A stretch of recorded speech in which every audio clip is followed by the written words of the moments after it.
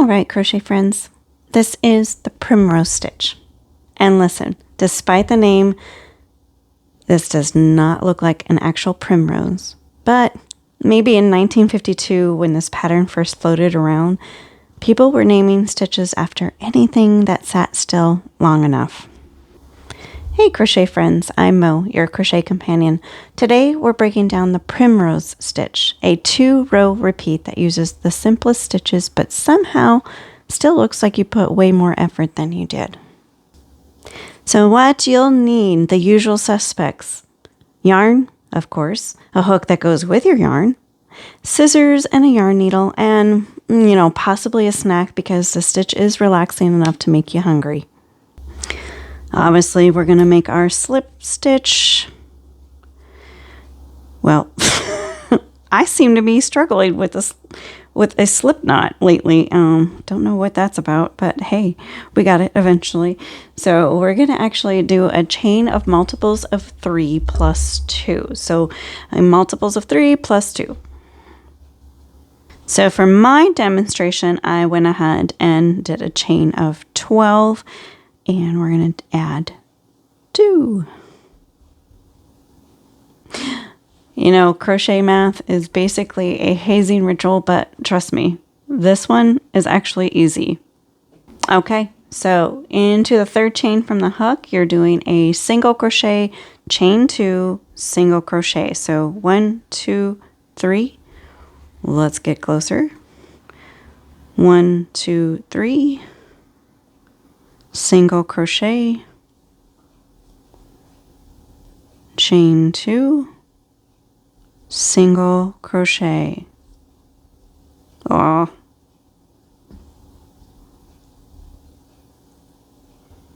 Not a flower, not a cluster, just a chain space pretending to be something deep. Okay, from here, we're going to skip 2 chains. 1, 2, and we're going to repeat the single crochet, chain 2, single crochet, all in the same chain. Chain 2, single crochet. And again, skip 2, single crochet, chain 2, single crochet, all in the same chain space. Or not the space, the chain itself. Skip 2, single crochet, chain 2, single crochet in the same chain 2 space. All right, you should have 2 chains left, and we're going to do a half double crochet in that last chain on your hook. Well, I guess it's technically not on your hook. Bada boom, bada bing, and we've conquered the first row. Before we move on, humor me. If stitches were named honestly, what would you name this one? Because, I don't know, Primrose is adorable but wildly inaccurate. Drop your names below and make me laugh. I want to see what y'all come up with. All right, round 2. So I'm going to show you 2 different ways to do this, okay? I am weird about, I like my end rows to look really neat and tidy, but technically it is a chain 2 and then you turn, right? And then you do your thing. But I really just don't like a chain 2.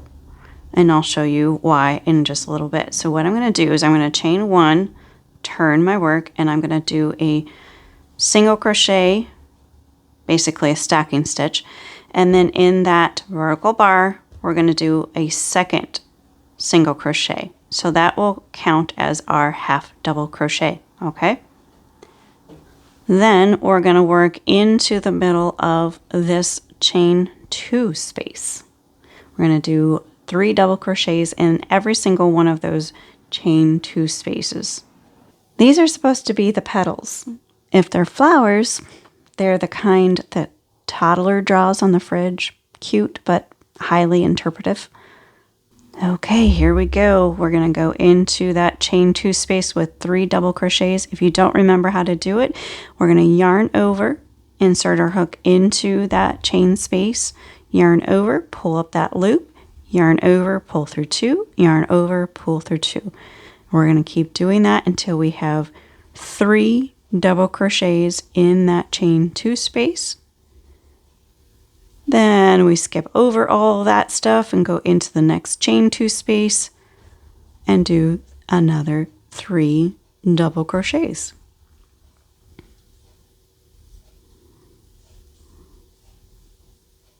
And again, skipping all that stuff, going into the next chain 2 space, doing 3 double crochets. 1, 2, and 3. Skipping all over everything, going into the next chain 2 space. 1, 2, 3. And we are going to do one last double crochet in that last stitch of the row right here. That was that first chain space that we did. And there you have it. You have row number 2. We're going to go through one more row so you know how to set up the third row, and then you alternate those. All right. Once again, you can do this one of 2 ways. You can do the chain of 2, or you can do my stacking stitch method. Chain 1, turn, single crochet in that first stitch, and then do the second single crochet in that vertical bar, thus creating your first, whatever you want to call it, a half double crochet or a double crochet, whichever you prefer. All right, so now we're going to skip this first double crochet in the 3 double crochets, and we're going to plant our single crochet, chain 2, single crochet in that middle one. So the way I like to look at it, I look at the entire thing. I'm going to grab the first 2, and we know that that is smack dab in the middle. So we're going to plant our single crochet, chain 2, single crochet in that first, that middle stitch, sorry. Oh, just that fast. I forgot what I was calling it. Now we're going to skip over that and that. Plant the next one right smack dab in the middle of there. Single crochet, chain 2, single crochet in that same space. Same chain. Same stitch. Oh my goodness. Yeah, one of those words. I'll get it eventually. So we're going to skip those 2. And we're going to plant it right in the smack dab of the middle one. Single crochet, chain 2, single crochet in the same stitch.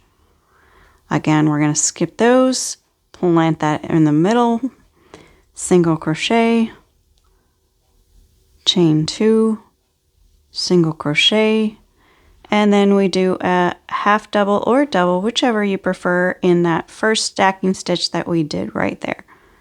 I am going to do a double myself.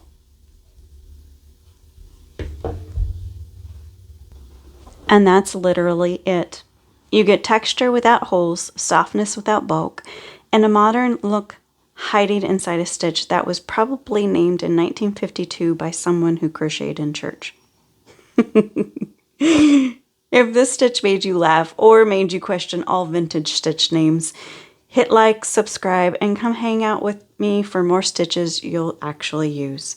Until next time, keep your loops loose, your sass tighter, and may your hooks never hide.